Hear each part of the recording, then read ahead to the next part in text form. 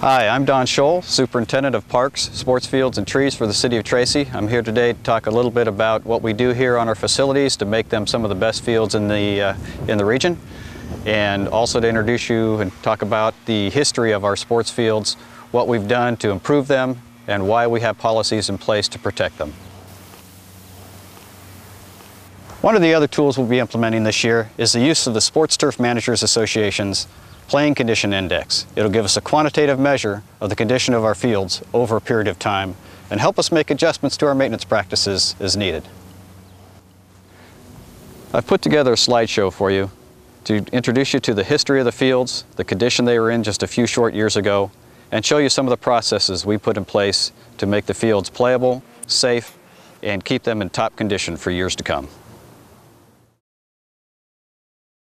This presentation is to give you a glimpse into the reasons why we have policies in place that first require reservations for most of our sports fields, secondly, that don't allow unauthorized use at the Tracy Sports Complex, at Placentia Fields, or the Tracy Ballpark, and also policies that limit the hours of use per field per week. Additionally, it'll go over some of the procedures that we have in place, such as field closures during inclement weather and the use of our field condition hotline, 831-4222, why we have occasional rest periods for the turf built into the program, and lastly, why we incorporate very aggressive maintenance practices on our fields to keep them in top shape. Here you see a picture of a typical soccer field in use. Not only is the playing field itself in heavy use, with play concentrated in front of the goal and down the center of the field, but also the end lines for warm-ups and the sidelines for coaches and spectators. All these areas take heavy traffic and must be safe for any use to occur. At the old Tracy Ballpark, years of heavy use and uncontrolled play have resulted in significant damage to the turf and playing surface. On the left you see where in the past we've used barricades and caution tape to section off the worst areas. Warm-ups and laps run around those barricaded areas have resulted in damage to the facility and an unplayable surface. Here's a close-up of one of the wet, compacted areas at the Tracy Ballpark, where heavy play during inclement weather and wet conditions have damaged the turf surface and made the field slick and unsafe for play.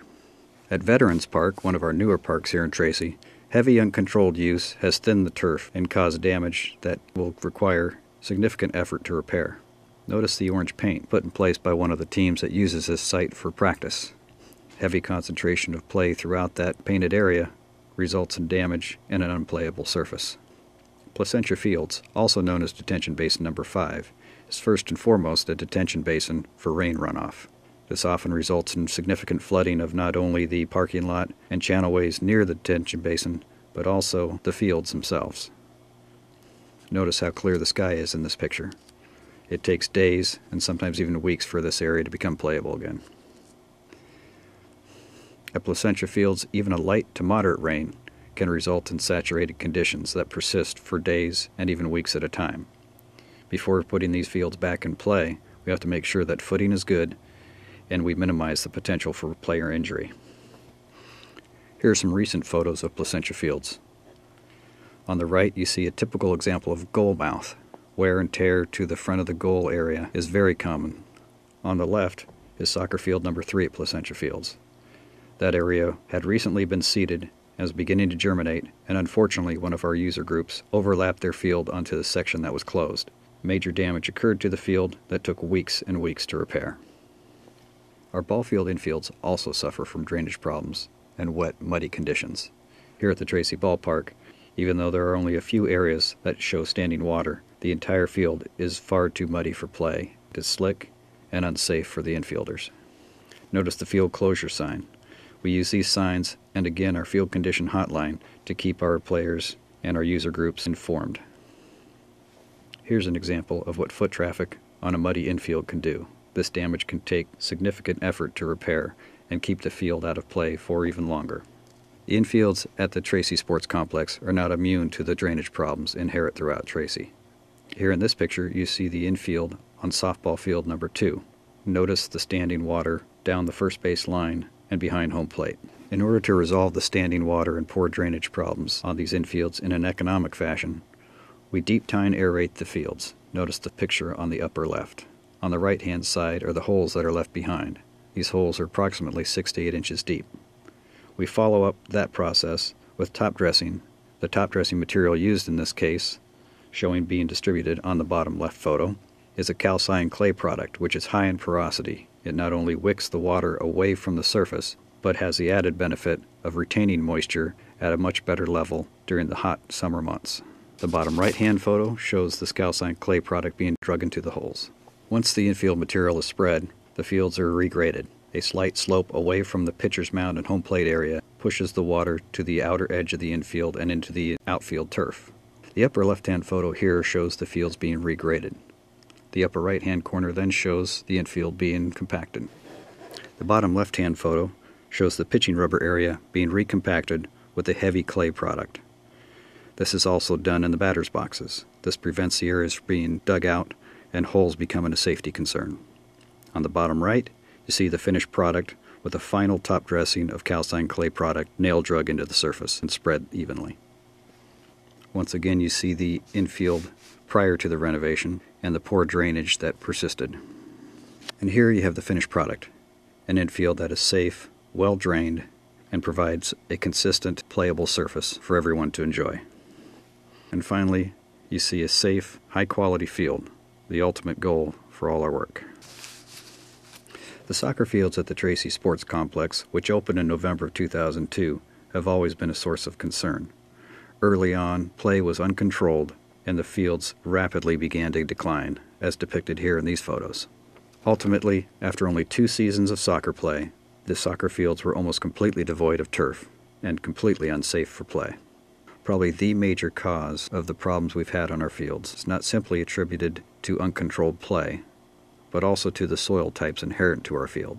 Here on the left you see a soil profile at the Tracy Sports Complex, and on the right you have a soil profile pulled from Rippon's Mislin Park, a sandy, friable, well-drained soil, ideal for turf growth and ready for play shortly after a rainstorm.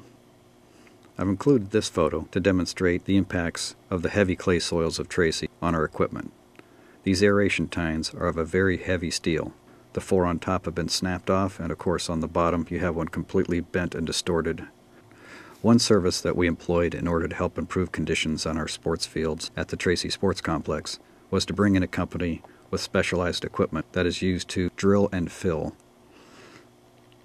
The worst areas of drainage throughout the fields on both the soccer and softball fields were identified, and this device was run over each of those areas. The drill and fill unit extracts the clay soil and immediately injects a kiln-dried sand. This process provided a solid column of kiln-dried sand that pulled moisture away from the surface of the playing field. Besides the drill and fill process, we also closed all 4 soccer fields in 2003 in order to facilitate a complete renovation of the turf surface. The lower left photo shows the surface after we deep tined core aerated the fields. In the upper right-hand photo, we're using a dethatching machine to break up the cores and spread them evenly throughout the surface. After dethatching, we ran the mower over the fields to further break up the cores and distribute them. On the lower left-hand photo, you can see the green tractor spreading seed throughout the fields. The blue tractor to the right is putting on a layer of top dressing. The top dressing consists of a compost sand mix that will provide moisture for the seed and a better growing medium for the young turf plants. After seeding and top dressing, a fertilizer application is made, and there you have on the upper left-hand side the finished product. On the lower left, you see the irrigation has begun. The end result is a smooth, safe, and playable field that allows the players to determine the outcome of the game. Once again, before renovation, and then after the renovation and the implementation of field use policies and procedures, you have a safe, playable, aesthetically pleasing field. Further demonstrating the results of all of our efforts, the players are why we do this. Here we have the Chinese national softball team, the team that played in the 2008 Olympics. They played on our fields as the last stop in their tour of the United States prior to the beginning of the Olympics. Their coaches and players reported back that these were the best fields they played on anywhere in the U.S. And here we have some of our local youth players enjoying the facility. And finally, back to where we began, the goal of our efforts: long-term player safety, field viability, and a source of community pride. I want to thank you for taking the time to learn a little bit more about the City of Tracy sports fields, the maintenance practices we have in place to protect them, and through cooperation of our user groups and the professional staff we have on board to maintain them, I believe we'll have some of the best fields throughout California for years to come.